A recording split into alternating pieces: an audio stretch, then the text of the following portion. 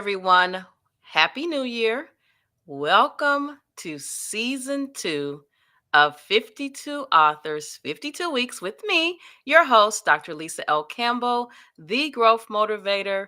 And today we are going to start our year off right. Our author, and I have to always show the book, so give me a second. Our book for today, Cosmic Guidance for Mastering Your Life. Now, first of all, let me just tell you this. I was like, cosmic. Let me Google that word to see, let me get my mind right about, what the book was potentially going to be about. And once I started going through the pages, I said, this is perfect for my 2025 journey. Many of you know last September, I fractured my ankle Ooh. and spent 4 months in the house, 3 of which were in my bedroom. And so here we are, January 2025. I am starting aqua physical therapy in the pool to really focus on getting my strength back. Because listen, at 52, yes, 52, I do not want to walk around with a cane because I have so much that I'm going to be doing in life. And I am going to be using cosmic guidance to master my life, not just for 2025, but beyond. So, welcome to the show, Dr. Eleanor Haspel-Portner, PhD, again, author of Cosmic Guidance. Welcome to the show. Thank you. So, I have to ask you, what made you write this book? There had to be a why. It was a lot. The In 1996, I saw the mandala for the human design system. Some of your listeners may know the human design system. I was asked by the developer of it, the messenger of it, to test it scientifically. And with my background as a social scientist, my PhD out of University of Chicago, and being in private practice for over 50 years, I just turned 80. Whoa! Listen. I'm loving this 80-year-old look. I need to get there looking like that. My grandfather just turned 104 in December. Wow. Well, then you're in. I'm in. So in any case, I was given the task by Raul, who brought the human design system to the world, to validate it. 45,000 cases later, I knew in the human design system what was valid and what is not valid. The human design system is an incomplete, disempowering system because it claims that people don't have choice and that the moment of birth defines who they are. In my system, I look at all 4 worlds: mental, spiritual, emotional, and physical, and integrated. And what I did with the human design system, because I was given what happens when we dream and we move into a different matrix. So as I was researching and expanding the system to be developmentally accurate, I actually do charts for all 4 worlds over the 6-month developmental sequence in a baby's life. And so what I found statistically is that 99% of the population are actually what we call manifesting generators. So at 3 months of age, a baby is designed to have choice and volition. When a baby is 3 months old, if the baby isn't reaching for a toy or preferring one person over another person, it's time to worry because that baby is not developing right. So given that I use 8 charts and the integrated chart for every person I read. I began writing what I called daily wisdom practices. I would look at the charts for each world, and I'd look at what the day was bringing, and I'd write about it. And I did it so it would be evergreen. And so this book are statements I wrote for every day of the year in all four worlds. And they work. So if you are interested, I would love to read today for your listeners. Or if this is going to be published tomorrow, we could read tomorrow. Well, since this is going to happen on live on January 4th, let's read January 4th. Would you like to read it? You know what? I don't mind if I do. And I will tell you, you almost made me cry. First of all, I'm a crier, but you almost made me cry because when my daughter Jasmine was born, I took her to the doctor and I said, she's not progressing like she should. And the doctor said to me, well, not everyone progresses the same, so don't worry. And here we are 32 years later, and it took my daughter 7 years to walk. She's deaf. And yes, something was wrong. And I I'm got the chills. and I'm so thankful that I made the decision to not accept his answer as the end. And when you mention University of Chicago, and one of the things I love about this show, I don't meet any of my authors before we record. Mm, So there's so many different synergies. My daughter's doctor, Dr. Thomas Blondis, was from the University of Chicago. mm. And he's the one that started all of the workup to uncover what she was born with. Whew, okay, I have to get myself together. I have to get myself together. Well, So, when I was at the University of Chicago, I didn't realize that I was studying the four worlds. I was in a department that was a synthesis, the first integrated social science department in the world.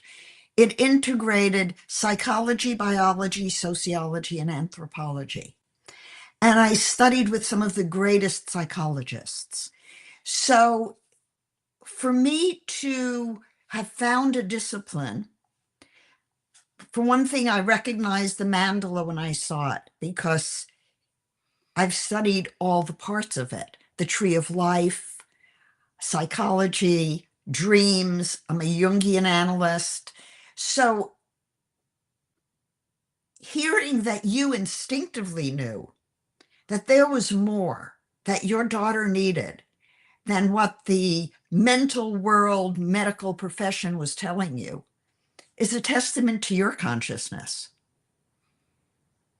hmm, you never know what's going to happen on 52 authors, 52 weeks. So let me read January Please. 4th. And for our listening viewing audience, I want to be very intentional by just restating the four worlds: mental, spiritual, emotional, and physical. So I'm going to start with And then don't forget the integrated. and the integration. Yes, yes. Keep me honest. Keep me honest, Doc. All right. Actually, I'm going to be doing a 5-day four world experience starting January 13th through 18th, and it's free for anyone who wants to learn more about the four worlds. Well, you know what? When this episode airs, I'll make sure to grab the link from you today. And when this episode airs, we'll have that link displayed so that everyone can take a look at it and potentially register, because Great. I truly know that this is real. So January 4th, and because I'm reading it for me, 2025, mental. Imagine possibilities and how they can come true. Listen for your inner voice. Spiritual. Listen to what your body tells you about the effect you have on others. And let me correct that because I just went and did a little ad lib. But it's listen to your body, listen to what your body tells you about the effect others have on you. Emotional. Balancing the axis of awareness, and see page 373 for resources, is the key in staying balanced. And then the physical. Do less than you think you can and be certain to take time to rest. So, those are the four worlds. And now we're going to get into the integration. Struggling with issues that challenge the very depth of your life purpose have the potential to bring you consciousness and self awareness in a whole new way. While you know what you believe you know, it is essential to confirm your knowing with factual outcomes over time. Avoid coming to any conclusions about the workings of your inner self. Listen for the voice of inner wisdom and trust the inner teacher who guides you toward domination of the self over the personality. Time is your friend. When I first picked this up, I said, this is for me. This is for you too, listening, viewing audience. You can go to Amazon real quick. I got mine in a Or day. Apple. Or Apple. Yes, I got mine pretty quickly because, we don't like to wait for anything. But one of the things that I do know is that looking at the four worlds and the integration is powerful because when I read January 1st, and I'm a person who likes to read with intention, who Mm-hmm. likes to reflect, I write, I highlight, and I like the date because I can go back and look at what was I feeling at the time. So for me, on Monday coming up next week, I am restarting physical therapy. I should say physical therapy part 2 for an ankle fracture that I had in September of last year. And so I am being very intentional about mental, spiritual, emotional, and physical because I remember the time when I was in a non weight bearing status for 6 weeks and how it made me feel Mm-hmm. mentally, spiritually, emotionally, as well as physically. And then once I started to put my foot down on the ground, and I wasn't able to walk like I could walk pre-surgery, pre-fracture. It was eye-opening, but I never lost sight of my mindset. I never lost sight of the spiritual, the emotional while I was going through the physical journey, while I'm going through the physical journey. So I am excited about the notes that I'm going to capture in my book that will be sitting next to my bed so that at the beginning of the day, I can read the four and the integration, the four worlds and the integration. And then at night, I can have my reflections for the day. And might I suggest, you did mention the resource page, Yes. but at the end of the book, there is a resource page with links to my website that has all of the resources, especially the ones on clean language are very important because we tend to think and have been trained to think in the mental world, especially with neuro-linguistic programming, the visual, auditory, and kinesthetic cues. Clean language, which accesses spirit, has no kinesthetic cues, no visual, no auditory. So when you're doing self-reflection, the kinds of questions you want to ask yourself, given this, what do I know now? And when X, is there anything else? Am I going in the right direction? Is this what I want to have happen? I often tell, for many years, I was doing specialty work with couples. And part of what I came to the four worlds through was seeing that as a clinician, skills and communication was world specific. So if I'm talking to spirit, I'm going to use what we call clean language. It doesn't give you any cues about where you should internally be. Am I facing in the right direction? And if you're in a fight, the fastest way to stop the conflict, you say to the other person, what would you like to have happen? Given all this, what would you like to have happen? They stop dead in their tracks. What are they to do? But when you ask yourself those questions that are internally reflective, you're putting yourself in the mindset that is critical for any evolution of your consciousness. Wow. I often say to my coaching clients that self-awareness is so very important to navigating life. And I tell my youngest daughter all the time that you're single now, and it's so important for you to learn who you are so that when you do join together with someone else, you're not defined by them, but you actually know who you are intimately.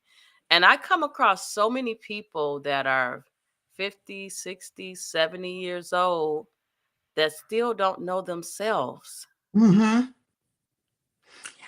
One of the lessons from the Tree of Life, and my work does synthesize the Tree of Life. So in my four world classes, I've been teaching the paths of intelligence. There are 32 of them in the Tree of Life.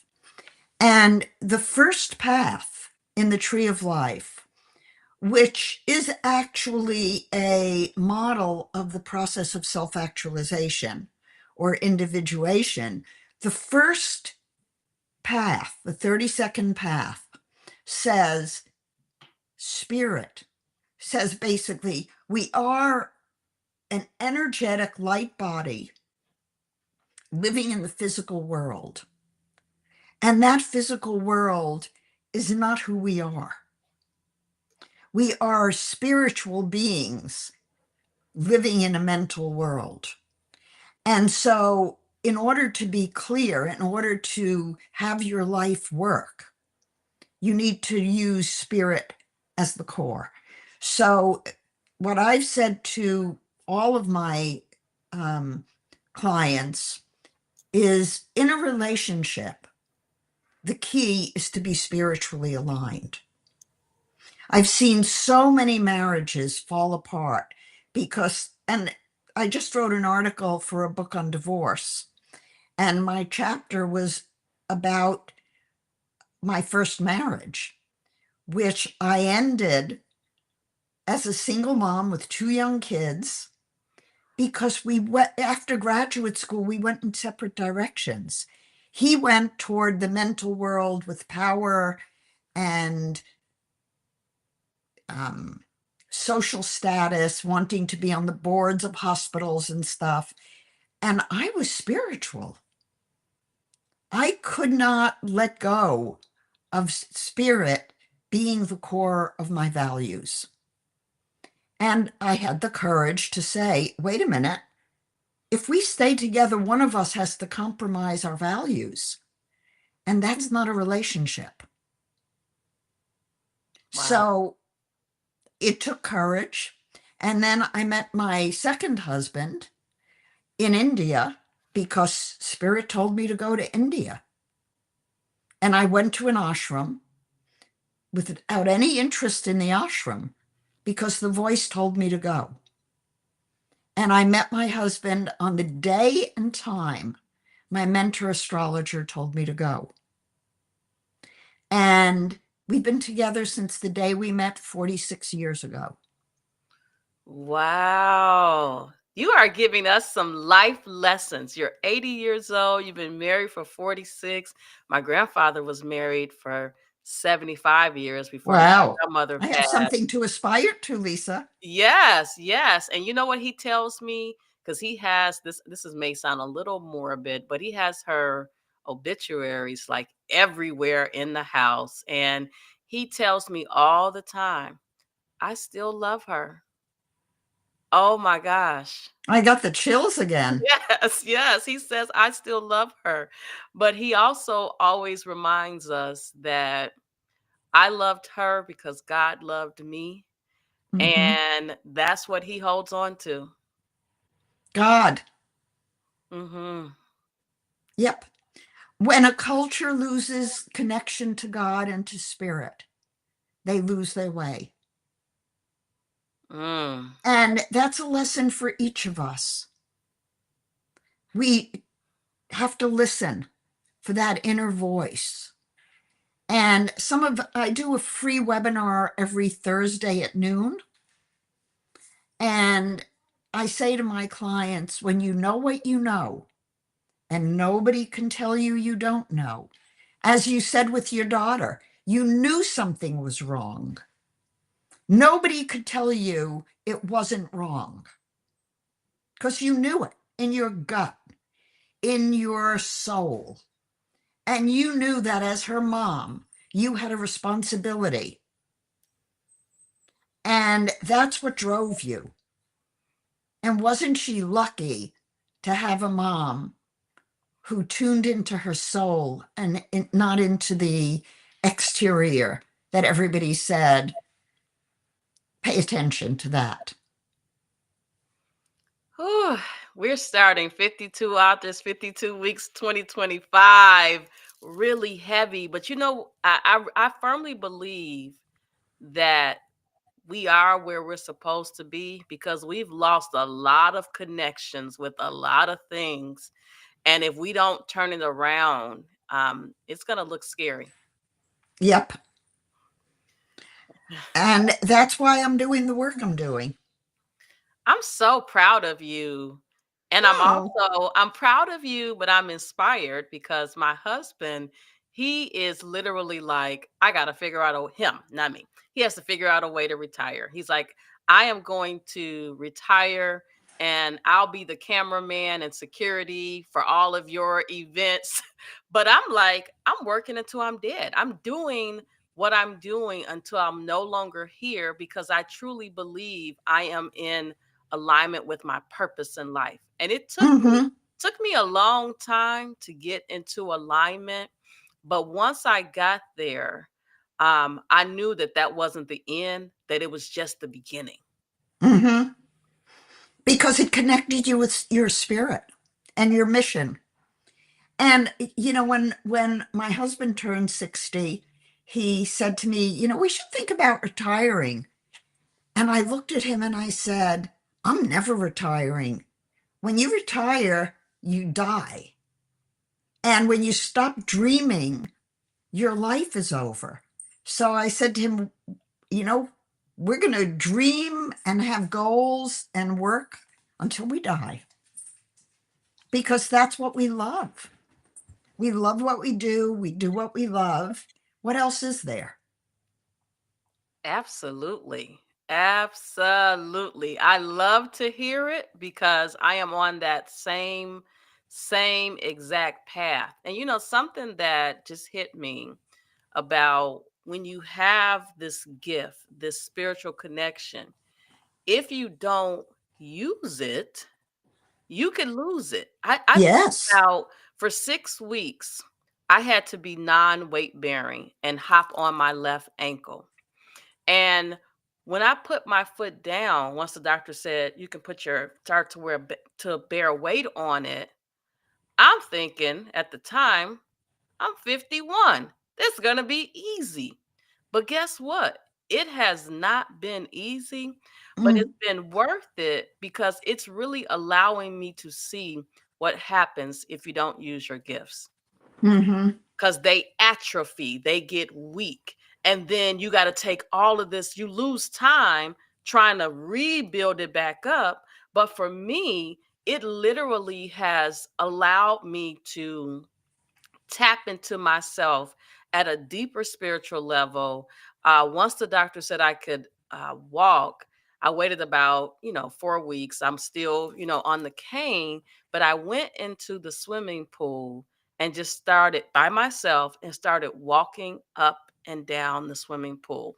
I had some religious music on, and the first day my foot got to the water, tears that started coming down my eyes because I knew that this is what I was supposed to be doing, what I was supposed to be experiencing, and I wasn't going to fight it. I was just going to literally go with the wave of time, of life, with the water, because it has me in such a peaceful place that I don't want to be anywhere else.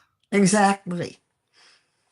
I'm a swimmer, and when I get into the pool, I can swim endlessly.